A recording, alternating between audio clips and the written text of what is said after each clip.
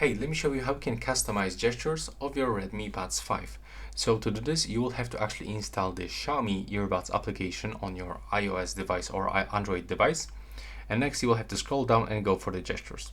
So as you can see, we've got single tap, double tap, triple tap, and press and hold gesture. So let's say that I want to customize single tap for the left and the right earbud. I have to click on it and then select one of the following functions from the list. So in my case, I'm gonna select volume up on the left tap, single left tap, and on the single right tap, I will get a volume down. And that's how you can adjust a vary gesture on this list. As you can see, it looks very simple. And after this, you don't have to restart your earbuds or your application. It just works each time you change it.